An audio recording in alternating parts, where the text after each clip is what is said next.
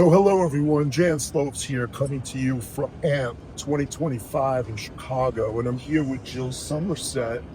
We've had some great discussions the last couple of days, but today is DVA day here, and we just finished an incredible session.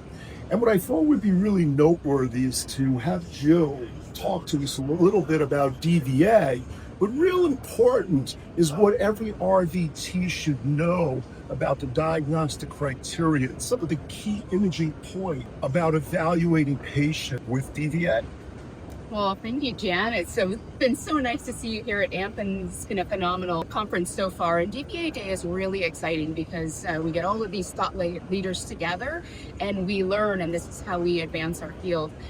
What's really important is the role of vascular technologists in DVA, and that means the pre-procedure mapping. I mean, we play a large role in that pre-procedure mapping and comprehensive ultrasound, which includes pedal duplex imaging of the foot. And oftentimes these patients have wounds. Perhaps we can't do a toe pressure. The AVIs are usually false because they're so calcified. So we can use tools such as pedal acceleration time to really understand the perfusion to the wound bed.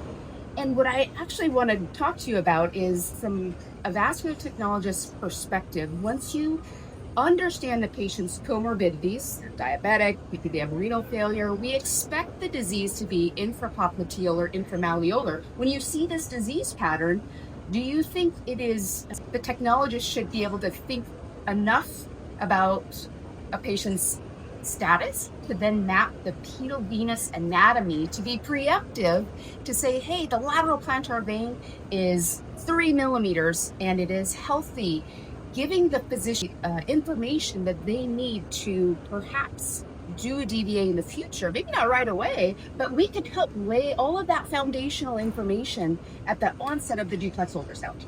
I completely agree. In fact, I personally think that when you're seeing a patient of this magnitude, and you think about how sick they are, and they're presenting with a wound or a gangrenous lesion, right then and there, after tracing out, the vein anatomy should be mapped. It should be basically like this, just automatic. Add that information into that preliminary report. So the physician at that point has everything that he needs. And I think this is state of the art. This is really the way that this should be going forward. And the value of that information, we know in CLTI patients, time is just, we can't be just sitting on these patients. Unfortunately, we're getting these patients far too late. The wounds are significant, and perhaps we need to be thinking about maybe being a little bit more proactive. The procedures for some of these patients that the disease pattern fits for possible DVA in the future. I also want to talk about the post-DVA ultrasound, because I think we have to educate vascular technologists. We're doing more and more DVA across the country, whether it be open arterialization, a hybrid approach, whether it be percutaneous or using inflow or any off-the-shelf or any other type of distal DVA.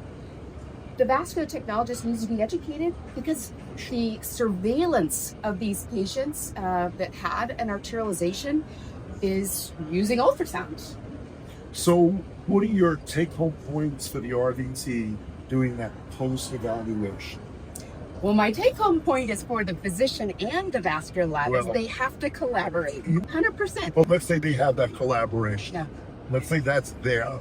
Now, the RVT now is with the patient. Patient comes in, and that probe is going to go down on the tissue.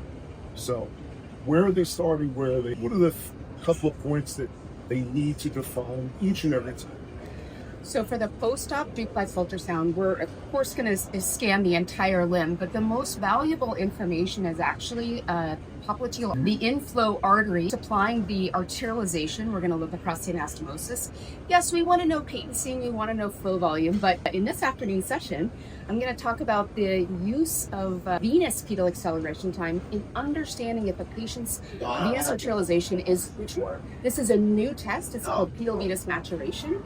And we have an objective number to really understand what the perfusion status is like in the foot, post-DVA.